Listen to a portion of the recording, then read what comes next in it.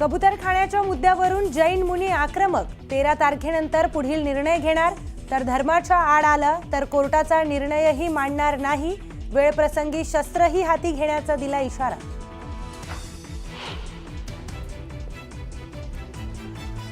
मनाई केली असतानाही कबुतरांना खाद्य देणाऱ्यांना पालिकेने दिला दणका. गिरगाव चौपाटीवर कबुतरांना दाणे टाकण्यांवर कारवाई करत 8,000चा दंड वसूल.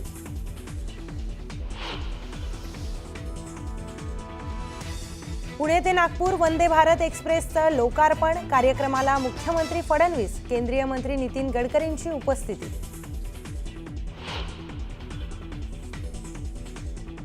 पुण्यात सासरच्या छळाला कंटाळून विवाहतेने केली आत्महत्या. आंबेगाव पठार भागातल्या घरात गळफास घेऊन संपवलं जीवन. सासरच्या लोकांवर गंभीर गुन्हे दाखल करण्याची मागणी.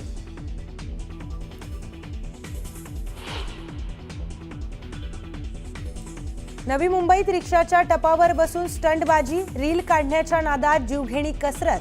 तुर्भे पोलिसांनी आरोपींना घडवली अद्दल.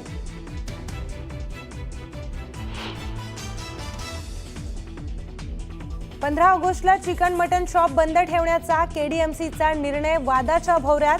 स्वातंत्र्य दिनी लोकांचं स्वातंत्र्य हिरावून घेताय का, जितेंद्र आव्हाडांचा सवाल.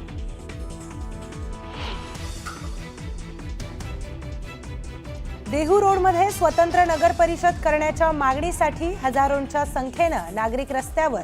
सुविधा मिळत नसल्यानं स्थानिक नागरिक संतप्त.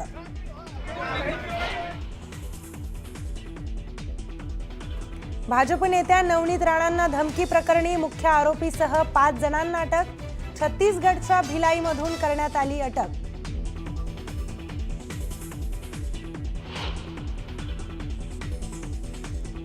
अमेरिकेच्या विस्कॉन्सिनला पुराचा तडाखा. रस्ते पाण्याखाली गेल्यानं अनेक भागांचा संपर्क तुटला.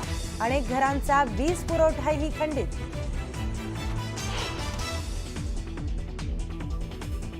शिवसेनेचं काश्मीरमध्ये लष्करातील जवानांसाठी सिंदूर महारक्तदान शिबिर.